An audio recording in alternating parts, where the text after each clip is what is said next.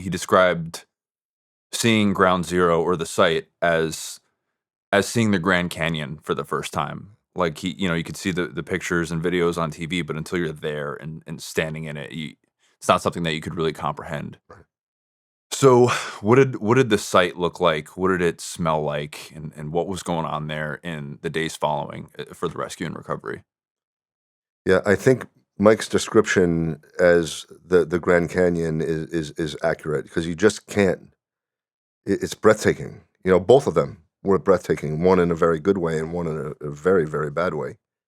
Um, in the beginning, it was a little hard for us because we were in it. You know, um, we were under it. It took us a while to really start comprehending, and I'm not sure even to this day we really do.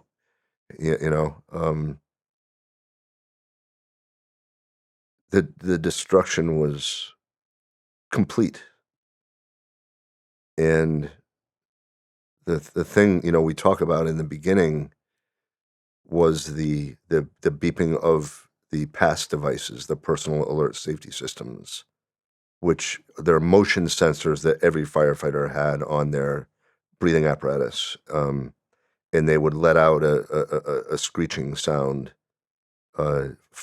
because in a fire it would help us find them if they were unconscious. There were hundreds of them screaming that each pass device was responsible for a firefighter, and they were screaming, "My firefighter's down! My firefighter's down!" I'm making those words up, but they were screaming to us help, and they were buried so deeply, or that we couldn't do anything about it, and it the feeling was complete helplessness. Um, for a group of public servants who that's their job is to help, and we felt completely helpless and responsible, um, for all of it, and the fact that we couldn't bring them back to their families, just devastating. Guilt. um, I remember a story specifically. My younger brother Chris and my friend Paul Conway from Milwaukee had come to help me, um, in this very challenging time, and they were concerned about me, my darkness, about my pain, about possible suicide. Um, but they came to support me, and they would always know when bad news was coming to me, um, and they would always be at my side. My brother Chris under my left arm, my friend Paul under my right arm. And I remember being told names of friends and being confirmed who's missing and who's dead. And I remember it being like getting hit with a Babe Ruth baseball bat in the gut so hard that my legs went out from under me, and my legs would go out from under me all the time. And they knew it, and they would stand there and hold me so I wouldn't fall down. And it the the the the pain was like the building collapse, right? Every time you thought it was the worst, it got worse and worse and worse, and it just kept getting worse and worse. And if I didn't have my friend and brothers around me, things might have been different. Um, I just don't know how much a human can take of this pain. One of the hardest decisions in the days, weeks, months after was, which of your friends' funerals were you going to miss because you had 5 other funerals that day? And how do you make that choice?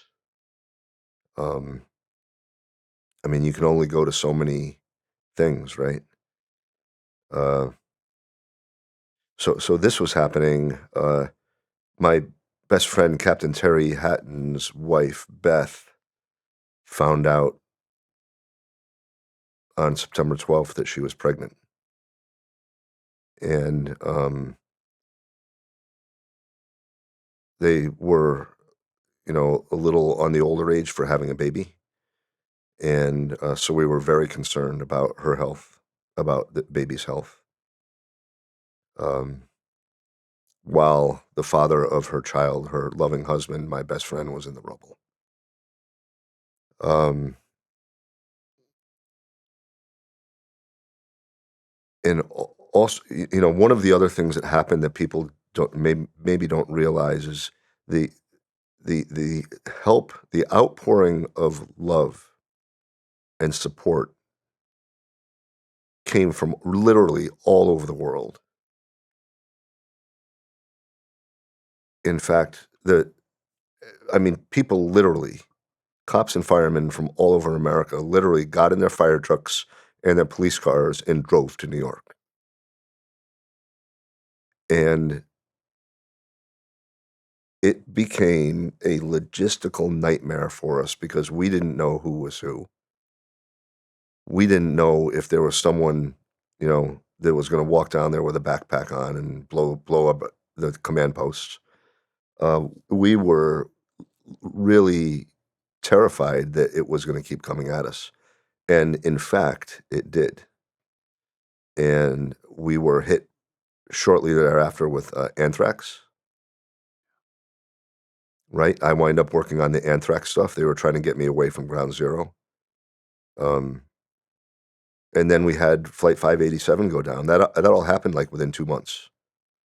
And I mean, how much can you take? And after all of that, in those months between September and like May, um, I had to do something else. And my brother Chris worked it out. People who loved me agreed that I needed to get out of New York and get away from it. And so that's when I started my relationship with working with the federal government. And I think that was the right call.